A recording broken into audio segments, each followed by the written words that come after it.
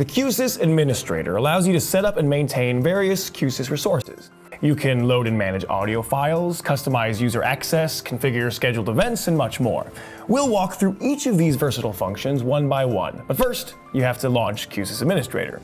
You can only do this while running the design on core hardware or in emulation mode. Then, you can access the administrator through the Q-SYS Designer Software by selecting the administrator icon in the upper right-hand corner, or by going to the File menu and selecting Tools, Show Q-SYS Administrator. You can also use the standalone version of the administrator program, which you can download from the QSC website. Using the standalone version rather than going through the designer software allows the user to perform administration tasks without having access to the running design. Simply launch the program, select File, Administer, and select an available running design. On the left side of the administrator interface, you will see a column of navigatable tabs, each of which controls a different aspect of the running design. These include commands, command schedule, users, user control interfaces, audio files, and event log. If you have a public address system in your design, then you will also see tabs for PA global settings, page stations, and PA zones. We'll ignore these three tabs for now, but if you'd like more information on them, check out the paging tutorial on QSCtraining.com. Let's start with commands. This tab allows you to create specific actions called commands, which you can then automate using the Command Schedule tab. Commands can also be activated from page stations. To create a command, click the plus icon at the top of the center section. There are 4 types of commands, though you will only be presented with options available to you. There are PA page commands, PA play message commands, control change commands, and snapshot load commands. The PA commands will both be covered in the paging tutorial with the other public address features, so let's look at the other 2. A control change command does exactly what it implies. It will change a control of your choice.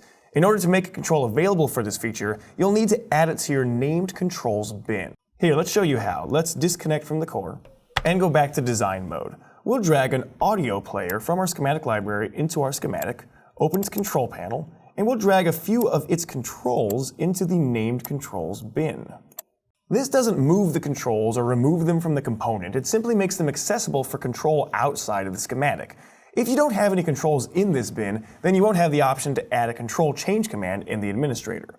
So, let's save our design to the core and run it again to gain access to the administrator, and we'll add a control change command. This settings menu will let us configure our new command.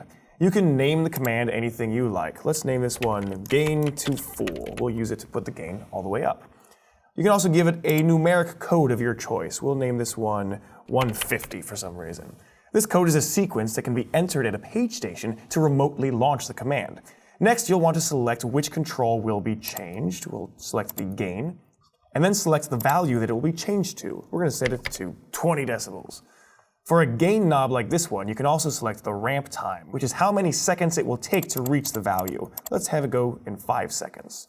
Now, certain controls are momentary, such as the pause button. We'll make a new command that's the pause button. And you can see here that rather than input a value, it simply indicates that the pause control will be triggered when the command is engaged.